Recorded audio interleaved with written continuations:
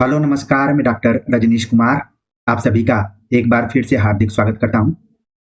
आज के वीडियो में हम बात करेंगे यूजीसी नेट हिंदी यूनिट 5 के अंतर्गत कबीर के पदों की व्याख्या के ऊपर, जिसमें कि हमने पद संख्या 181 से 185 तक को लिया है। इसकी हम व्याख्या करेंगे और परीक्षा के दृष्टिकोण से महत्वपूर्ण तथ्यों पर बातचीत भी करेंगे। इसके पहले हमने पद संख्या 160 से 180 तक पर विचार कर लिया है। उम्मीद है कि आप समय निकालकर उन सभी पदों को देख रहे होंगे और अपने लिए अपने नोट्स को तैयार कर रहे होंगे। तो चलते हैं, उसी प्रोसेस को, उसी क्रम को आगे बढ़ाते हैं और बात करते हैं पद संख्या 181 के ऊपर। पद संख्या 181 इस प्रकार है। अब तो ही जान न देहु राम प्यारे, ज्यों भावे त्यों हो हमारे। बहुत दीवनन के बिछुड़े हरि पाए, भाग बड़े घर बैठे आए। चरणनि लागी करो बरियाई, प्रेम प्रीति राखो उरझाई। इत मन मंदिर रहो नित चोसै, कहे कबीर परहु मति धासै। तो आप देख रहे हैं कि ये चार यहाँ पर पदबंध छोटे छोटे दिए गए हैं। उन पदबंधों की अगर हम व्याख्या करेंगे और पाठ किए होंगे तो आपके दिमाग में धीरे धीरे इसके अर्थ भी खुलने शुरू हो गए होंगे। अब तक हमने बातचीत किया इसके पहले के पदों में कि जीवात्मा परमात्मा से पिछड़ी हुई है और उसके वियोग की बार बार चर्चा कर रही है। लेकिन इस पद में आप देख रहे हैं कि जीवात्मा परमात्मा से मिल चुकी है और मिलने के बाद उसको कैसे अपने लिए अपने नियंत्रण में कर पाए या फिर जीवन भर उसके साथ रहे, उसके बारे में बातचीत हो रही है। जीवात्मा परमात्मा को संबोधित करते हुए कहती है, अब तो ही जान न देहु राम प्यारे। हे राम रूपी मेरे प्रियतम, अब तुझको कहीं नहीं जाने दूंगी। ज्यों भावे त्यों हो हमारे, जैसा तुमको अच्छा लगेगा वैसा ही मैं करूंगी, तुम्हारे लिए ही सब कुछ करूंगी। ज्यों भावे त्यों हो हमारे, जो तुमको अच्छा लगेगा वही मेरे लिए भी होगा, इसलिए अब तुमको कहीं भी नहीं जाने दूंगी। क्यों? क्योंकि बहुत दिनन के बिछुड़े हरि पाए। मैं अपने प्रियतम को बहुत दिनों से बिछुड़ने के बाद प्राप्त की हूं, बहुत दिनों तक अलग रही। भाग बड़े घर बैठे आए, और मैं बहुत ही सौभाग्यशाली हूं कि घर बैठे ही मैंने अपने प्रियतम को प्राप्त कर लिया, यानी कि जीवात्मा का परमात्मा से मिलन हो गया। इसके बाद की क्या स्थिति है? चरणन लागी करो बरियाई, अब बलपूर्वक मैं तुम्हारे चरणों में निवास करूंगी, तुम्हारे चरणों में मैं अपने को समर्पित करूंगी। प्रेम प्रीति राखो उरझाई, और यही नहीं, प्रेम और प्रीति के माध्यम से मैं तुमको उलझा कर रखूंगी, यानी कि अपने मोह पाश में फंसा कर रखूंगी ताकि तुम कहीं इधर उधर न जा पाओ। इत मन मंदिर रहो नित चोसै। हे प्रियतम, तुम मेरे मन मंदिर में, मन रूपी मंदिर में हमेशा निवास करो। कहे कबीर परहु मति धासे। अगर कोई कितना भी तुमको भुलवाने का प्रयास करे, भ्रम में रखे, लालच दे, तो भी मेरे मन मंदिर को छोड़कर मत जाना, यहाँ पर निवास करना। तो यहाँ पर आप देख रहे हैं कि पूरे पद में जीवात्मा का परमात्मा से मिलन के बाद कैसे परमात्मा को हमेशा के लिए अपने मोह पास में फंसाने की बात की जा रही है। पर जीवात्मा के माध्यम से वो पूरी बातें इन पंक्तियों में कही गई हैं। यानी कि जीवात्मा परमात्मा से अलग नहीं होना चाहती है। जीवात्मा का परमात्मा के प्रति अनन्य प्रेम है। अगर आप लोगों ने भी अपने जीवन में अनन्य प्रेम किया होगा तो भली भांति आप इस चीज को महसूस करेंगे कि जिससे आप प्रेम करते हैं आप उसी के अनुसार चलने का प्रयास करते हैं। आप भी यही कहते हैं, अब तो ही जान न देहु राम प्यारे, ज्यों भावे त्यों हो हमारे। ये बहुत ही इंपॉर्टेंट लाइन है। एक तरीके से आप देखें समर्पण की दृष्टिकोण से, तो इससे बड़ा समर्पण कुछ नहीं हो सकता कि जो आपको अच्छा लगेगा मैं भी उसको अच्छा ही कहूंगा या कहूंगी। क्योंकि जो हमारा मिलन हुआ है बहुत दिनों से बिछुड़ने के बाद हुआ है, प्रतीक्षा में पीड़ा को हमने झेला है। और बहुत ही सौभाग्य की बात है कि भले हमने वर्षों तक, बहुत दिनों तक इस अलगाव को झेला, लेकिन सौभाग्यशाली रहे कि घर बैठे ही मिलन हो गया। मिलन होने के बाद क्या है, समर्पण की बात फिर कही जा रही है कि चरणों में समर्पित अपने आप को करूंगी, आपके चरणों में ही निवास करूंगी, या फिर बलपूर्वक अपने को समर्पित करूंगी, प्रेम और प्रीति के माध्यम से उलझा कर रखूंगी, कभी ऊंची आवाज में कोई बात नहीं कहूंगी। प्रेम और प्रीति हमेशा हमारे जीवन में रहेगा, और ये जो मन रूपी मंदिर है इसमें हमेशा निवास करना। भले कोई कितना भी मति यानी कि भ्रमित करे या फिर लालच दे, उसका असर नहीं होना चाहिए। तो ये कुछ व्याख्या थी, उम्मीद है कि आप सभी को समझ में आ गया होगा। अगर हम अलंकारों के दृष्टिकोण से बात करें तो इसमें प्रेम, प्रीति, मन, मंदिर में आप देख रहे हैं कि रूपक अलंकार इसमें है। वैसे आप लोगों के दिमाग में ये भी आ रहा होगा कि इसमें अनुप्रास अलंकार भी हो सकता है, तो बिल्कुल ये भी बात सही है कि अनुप्रास अलंकार हो सकता है, क्योंकि एक ही वर्ण की बार बार आवृत्ति हुई है। लेकिन सही मायने में व्याकरणिक दृष्टिकोण से देखें तो इसमें रूपक अलंकार होगा। और जब भी परीक्षा में अगर ये पंक्तियां आती भी हैं तो यही जानने के लिए आएंगी कि क्या आपको पता है इसमें रूपक अलंकार है, क्योंकि जब दो शब्दों के बीच में संयोजक का चिन्ह होता है तो ज्यादातर वहां पर रूपक अलंकार ही होता है। बाकी इस पद के भाव को आप समझ गए होंगे कि जीवात्मा का परमात्मा के प्रति अनन्य प्रेम को दिखाया गया है, समर्पण को दिखाया गया है। आगे बात करते हैं पद संख्या 182 के ऊपर। थोड़ा सा ये लंबा पद है, फिर भी हम इसका पाठ करेंगे और कोशिश करेंगे कि पाठ करते समय ही पूरा अर्थ खुलकर सामने आ जाए। कुछ इस प्रकार है ये पद। तन मन धन बाजी लागी हो, चौपड़ खेलों पीव से रे, तन मन बाजी लगाया, हारी तो पिय की भई रे, जीती तो पिय मोर हो, चौसरिया के खेल में रे, जुग मिलन की आस, नर्द अकेली रह गई रे, नहीं जीवन की आस हो, चार बरन घर एक है रे, भांति भांति के लोग, मनसा बाचा कर्मना कोई, प्रीति निभावो और हो, लख 84 भरमत भरमत, पोपय अटकी आए, जो अब के पौना पड़ी रे, फिर 84 जाय हो, कहे कबीर धर्मदास से रे, जीती बाजी मत हार, अब के सूरत चढ़ाए दे रे, सोई सोई सुहागिन नार हो। तो आप देख रहे हैं कि ये पद है, इस पद में भी जीवात्मा और परमात्मा को ही प्रतीक रूप में बनाया गया है। लेकिन यहां पर एक नाम आप देख रहे हैं जिससे कि ये क्लियर हो जाता है कि धर्मदास कबीर दास के शिष्य थे। ठीक है, यहाँ पर इस पंक्ति के माध्यम से पता चलता है कि धर्मदास कबीर दास के शिष्य थे। कई बार कबीर धर्मदास को संबोधित हुए, वो करते हुए भी अपने बातों को कहते हैं। कबीर कहते हैं कि तन मन धन बाजी लगा हो, यानी प्रियतम को पाने के लिए मैंने तन मन और धन की बाजी लगा रखी है। उसके लिए एक खेल का भी आयोजन किया है, जो खेल है चौसर का खेल, जिसको कि हम शतरंज भी कह सकते हैं। ठीक है, जीवात्मा कहती है कि अपने परमात्मा को, अपने प्रियतम को पाने के लिए मैं चौसर जैसे खतरनाक खेल को भी खेलने के लिए तैयार हूं, जिसके लिए मैंने तन मन और धन की बाजी लगा रखी है।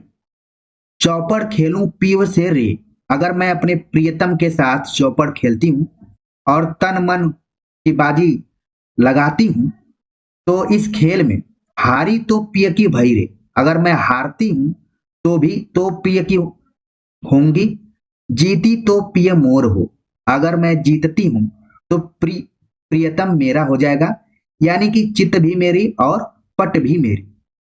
जब भी आप किसी से प्रेम करते हैं तो वहां पर आप जीतते और हारते नहीं हैं, बल्कि चाहे प्रेमी जीते तो भी प्रेमिका की जीत है, चाहे प्रेमी हारे तो भी प्रेमिका की जीत है। तो यहाँ पर भी आप देख रहे हैं कि जीवात्मा परमात्मा के बीच में आपसी क्या संबंध है, उसके तरफ संकेत किया जा रहा है कि जीवात्मा कहती है कि मैं परमात्मा के साथ चौसर खेल खेलूंगी, अब इसका रिजल्ट जो भी हो, सब तरीके से मैं अपने प्रियतम के पास ही नजर आऊंगी। चौसरिया के खेल में रे, जुग मिलन की आस। यहाँ पर एक शब्द आया है जुग। जब आप कबीर की पुस्तक को पढ़ेंगे जो हजारी प्रसाद द्विवेदी की है, तो उसमें इसका अर्थ दिया गया है। जुग का मतलब है चौरस के खेल में दो गोटियों का एक ही कोठे में इकट्ठा होना। ठीक है, चौसर का जब खेल होता है तो एक ही वर्ग में या ग्रुप में या खाने में मैं बोलूं दो गोटियों का होना, ये क्या है? युग। इसी से शब्द बना है युगल। ठीक है, या फिर युग भी आप समझ सकते हैं इसको। तो यहाँ पर जो पंक्ति है कि चौसरिया के खेल मेरे, इस चौसर के खेल में युग मिलन की आस।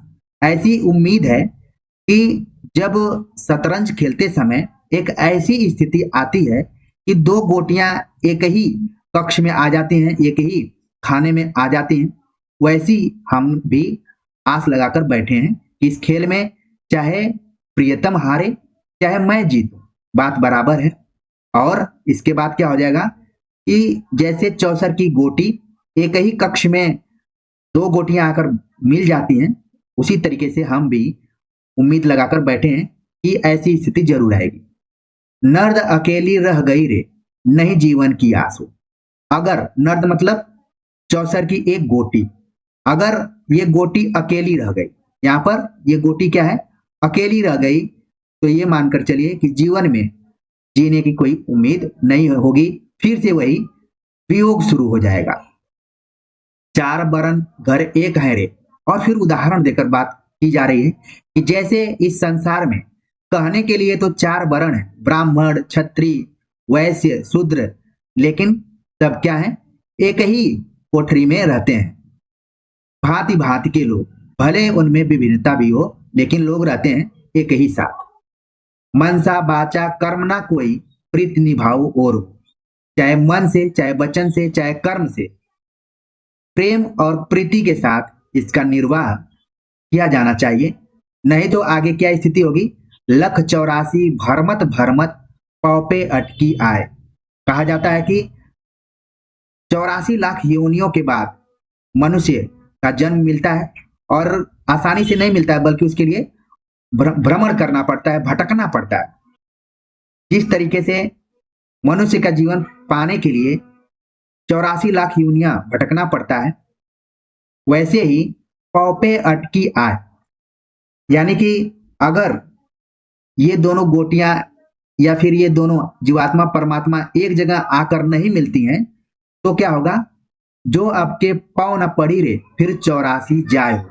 इसके बाद फिर से 84 योनियों तक भटकना पड़ेगा। कहे कबीर धर्मदास से रे। कबीर दास धर्मदास से कहते हैं, या फिर उनको संबोधित करते हुए कहते हैं कि जीती बाजी मत हार। हे धर्मदास, जीती बाजी मत हारो, अब के सूरत चढ़ाए दे रे, सोई सुहागिनी नार हो। और कहते हैं कि जीती हुई बाजी को मत हार, इस बार पूरे प्रयास करके परमात्मा का मिलन होने पर ही यह आत्मा सुहागिन नारी होगी। अब के सूरत चढ़ाए दे रे, सूरत एक प्रकार की साधना का रूप है। अब के सूरत चढ़ाए दे रे, प्रयास के साथ ऐसा कर जिससे कि ये जीवात्मा, ये आत्मा सुहागिन स्त्री के रूप में हो जाए, यानी कि अपने परमात्मा, अपने प्रियतम से जाकर मिल जाए। तो ये पंक्ति आप देख रहे हैं, नीचे की पंक्ति काफी इंपॉर्टेंट है। जैसे गुरु कबीर अपने शिष्य धर्मदास को संबोधित करते हुए कहते हैं कि जीती बाजी मत हार। बहुत ही इंपॉर्टेंट ये कथन है। यहाँ पर आमतौर पर व्यवहारिक जीवन में भी इसका प्रयोग किया जाता है। कबीर दास धर्मदास से कहते हैं कि जीती बाजी मत हार, ऐसा पूरा प्रयास करो कि आखिर तक सफलता मिल जाए। तो इस पंक्ति को तो आप लोग अपने लिए जरूर ध्यान में रखें। बाकी यहाँ पर आत्मा या जीवात्मा का परमात्मा या प्रियतम से मिलन की जो एक तरीके से तीक्ष्ण इच्छा है, उसके तरफ पूरा ये पद संकेत कर रहा है। और जीवात्मा का परमात्मा के प्रति समर्पण की जो भावना है, चाहे वो हारे चाहे जीते, बात बराबर होगी। और तमाम उदाहरण भी दिया गया कि जैसे चार वर्ण भले अलग अलग हों लेकिन रहते हैं एक ही साथ। ठीक है, नहीं तो इसके बाद क्या स्थिति हो जाएगी कि अगर मिलन नहीं होगा जीवात्मा का परमात्मा से, तो फिर से 84 लाख योनियां भटकना पड़ेगा। इसलिए इसी जीवन में ऐसा पूर्ण प्रयास किया जाए कि आत्मा परमात्मा एक दूसरे से मिल जाए, और जो जीवात्मा है वो एक सुहागिन स्त्री की तरह हो जाए। जैसा कि आप जानते हैं कि जो कबीरदास की साधना है, उसमें कबीरदास अपने को पत्नी मानकर बार बार ये आग्रह करते रहते हैं, और जो परमात्मा है उसको पति के रूप में मानते हैं। ये खास अंतर आप यहाँ पर देख सकते हैं, ठीक है ना। सवाल भी कई बार पूछा जाता है कि कबीर अपने को क्या मानते हैं, पत्नी के रूप में, स्त्री के रूप में देखते हैं, और जो परमात्मा है उसको पुरुष या पति के रूप में देखते हैं। तो इसीलिए यहाँ पर सुहागिन नार हो, यानी कि जो जीवात्मा है अपने परमात्मा से मिलने के बाद सुहागिन स्त्री की तरह हो जाएगी। बाकी के ऊपर के पदों को आपने पंक्तियों को समझ लिया होगा, और आपको ध्यान में रखना है कि ये पंक्तियां अगर परीक्षा में आ जाएं तो आप पकड़ भी लें कि ये कबीर की ही पंक्तियां, ठीक है। चलते हैं आगे, बात करते हैं अगले पद पर। अगला पद है, नाम अमल उतरे ना भाई, और अमल छिन छिन चढ़ उतरे, नाम अमल दिन बढ़े सवाई, देखत चढ़े सुनत हिय लागे, सूरत किए तन देत घुमाई, पियत पियाला भय मतवाला, पायो नाम मिटी दुचिताई, जो जन नाम अमल रस चाखा, तर गई गनिका सदन कसाई, कहे कबीर गूंगे गुड़ खाया, बिन रसना का करे बढ़ाई। तो इस पद में आप देख रहे हैं कि एक शब्द बार बार आया हुआ है, अमल। तो इसको आप नोट कर लीजिए, अमल मतलब होता है नशा, ठीक है। अमल मतलब नशा। नाम अमल उतरे ना भाई, यहाँ पर कबीरदास जी कहते हैं कि दुनिया के दूसरे नशे तो उतर जाते हैं, लेकिन परमात्मा के मिलन का जो नशा है वो कभी नहीं उतरता है। नाम अमल उतरे ना भाई, ये जो नशा है ये उतरने का नाम ही नहीं ले रहा है। और यहाँ पर भाई शब्द का जब प्रयोग होता है तो कई बार ये संतो, सुनो साधो, इस उनको भी संकेत करके ये बात करते हैं। कबीरदास कहते हैं कि ये नशा उतरने का नाम ही नहीं ले रहा है, और अमल छिन छिन चढ़ी उतरे, नाम अमल दिन बढ़े सवाई। और कहते हैं कि जहां दुनिया के अन्य नशे तो ऐसे हैं जो क्षण क्षण पर उतरते हैं और चढ़ते हैं, और अमल छिन छिन चढ़ी उतरे, क्षण भर में चढ़ जाते हैं, क्षण भर में उतर जाते हैं, नाम अमल दिन बढ़े सवाई।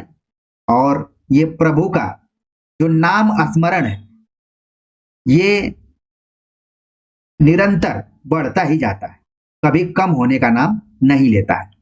देखत चढ़े सुनत ये लागे। और आगे कहते हैं कि यह नशा बड़ा विचित्र है कि कभी ये कम नहीं होता है, जहां अन्य नशे उतर जाते हैं, लेकिन यह नशा तो देखते ही चढ़ जाता है, तथा सुनने पर इसका प्रभाव सीधे हृदय पर लगता है, हृदय पर पड़ता है। सूरत किए तन देत घुमाई। और कहते हैं कि जब जब इसका स्मरण किया जाता है तब तब यह शरीर को घुमा देता है, यानी कि चक्कर आने लगता है। एक तरीके से आप लोगों ने नशे के आदियों को देखा होगा, खासतौर से अगर मैं शराब की बात करूं तो वो ऐसा नशा है, हालांकि ये धूम्रपान वाला नशा यहाँ पर नहीं है, बल्कि आत्मा का परमात्मा के प्रति मिलन का नशा है, जो कि कभी उतरने का नाम नहीं लेता है। अन्य नशे जो है वो कभी उतरते हैं, कभी चढ़ जाते हैं, लेकिन यह तो है कि दिन प्रतिदिन बढ़ते ही जा रहा है, घटने का नाम नहीं ले रहा है। चाहे देखने से भी चढ़ जाता है, और सुनने के बाद सीधे सीधे हृदय में ही लग जाता है, या फिर हृदय को ही प्रभावित कर देता है। सूरत किए तन देत घुमाई। और कई बार तो ये शरीर को भी घुमा देता है। पियत पियाला भय मतवाला, पायो नाम मिटी दुचिताई। और आगे कहते हैं कि यह नशा इतना विचित्र है कि नाम स्मरण का प्याला, पियत प्याला भय मतवाला, अपने प्रियतम को याद करते हुए उसका नाम लेते ही यह प्याले की भांति, जैसे कोई प्याला पीता है, प्याला पीते ही पीने वाला मतवाला हो जाता है। पियत प्याला भय मतवाला, जैसे ही प्याला को पीना शुरू करता है कोई, एकदम नशे में आ जाता है, मतवाला हो जाता है। पायो नाम मिटी दुचिताई। और आगे कहते हैं कि ये ऐसा नशा है, यहां पर भी अप्रत्यक्षता राम नाम की बात कही जा रही है। राम जो कि प्रियतम के तौर पर कबीर हमेशा उनको संबोधित करते हैं। पायो नाम मिटी दुचिताई, और कहते हैं कि जैसे ही हम राम नाम का स्मरण करते हैं, यह नशा, उसकी सारी चिंताएं मिटा जाता है। पायो नाम मिटी दुचिताई, दुचिताई मतलब चिंता, चिंता को मिटा डालता है। जो जन नाम अमल रस चाख है, तर गई गनिका सदन कसाई। आगे कहते हैं कि जिन लोगों ने इस राम नाम रूपी नशे का उपभोग किया, रस को चखा, तर गई गणिका सदन कसाई, उनकी स्थिति कुछ वैसे ही हो गई जैसे गणिका और सदन कसाई जैसे पापी व्यक्ति भी राम नाम के स्मरण से संसार में तर गए। तर गई गणिका, गणिका जिसको कि आप एक तरीके से बहुत अच्छे अर्थ में नहीं लेते हैं, वेश्या के अर्थ में इसका प्रयोग किया जाता है कई बार। और सदन कसाई, जैसे कि पापी व्यक्ति भी राम नाम के स्मरण से इस संसार में तर गए हैं, यानी मोक्ष को प्राप्त कर लिए। कहे कबीर गूढ़े गूंगे गुड़ खाया, बिन रसना का करे बड़ाई। और कबीरदास कहते हैं कि सच बात तो यह है कि राम नाम के इस नशे की अनुभूति का वर्णन करना बड़ा ही कठिन है, असंभव है। जैसे गूंगे गुड़ खाया, जैसे गूंगा अगर गुड़ खाता है तो बिना जिह्वा के कैसे उसकी बड़ाई या विशेषता को बता सकता है। बिन रसना का करे बड़ाई, बिना जिह्वा के या बोलने के बाद वो इसकी बड़ाई नहीं कर सकता क्योंकि वो गूंगा है। तो कबीरदास कहते हैं कि इस नशा का वर्णन कैसे किया जाए। राम नाम का जो स्मरण है, इसका जो नशा का जो असर है, उसका कैसे वर्णन किया जाए। वर्णनातीत है, उसका वर्णन करना मुश्किल है।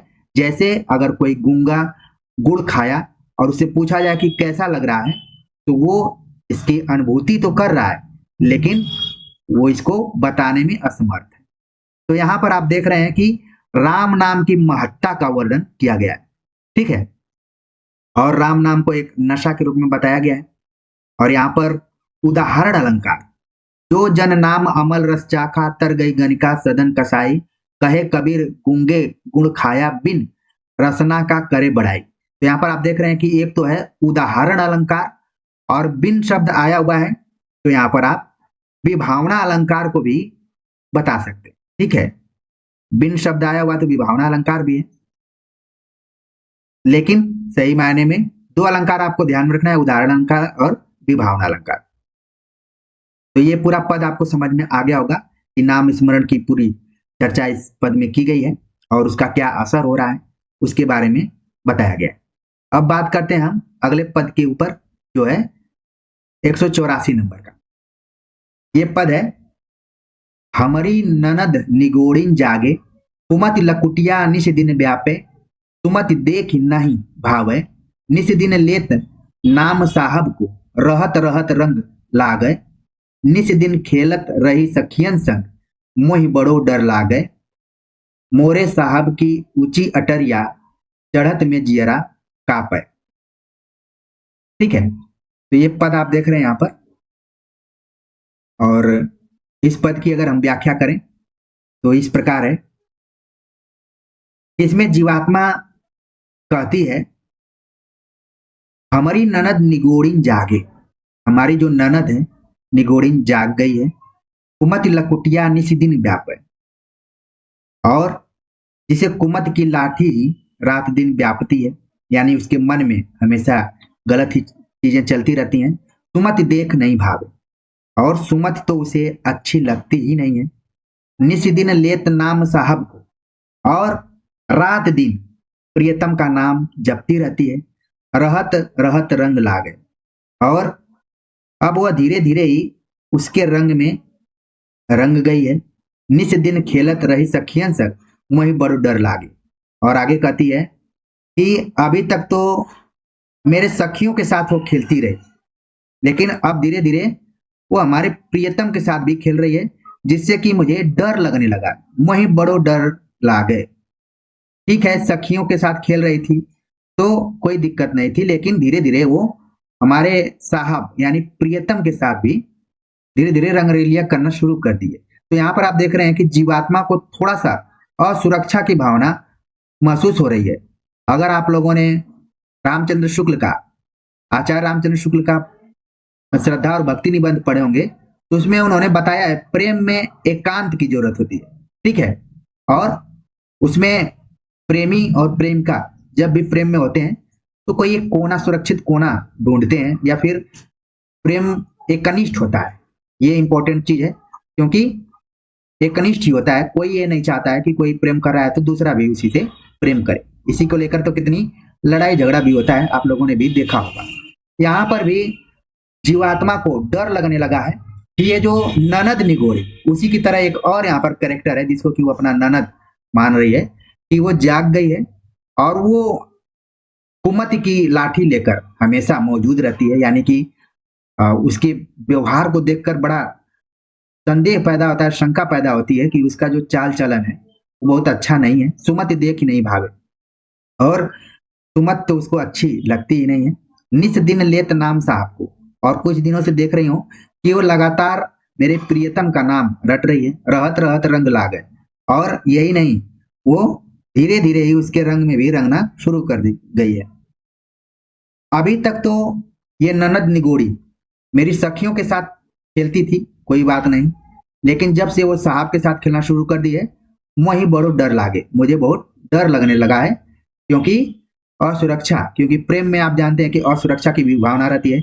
इसलिए कई बार आपने अपने दोस्तों को देखा होगा, प्रेमी प्रेमियों को देखा होगा, जो कि अपने किसी खास दोस्त से मिलाने में भी डरते हैं।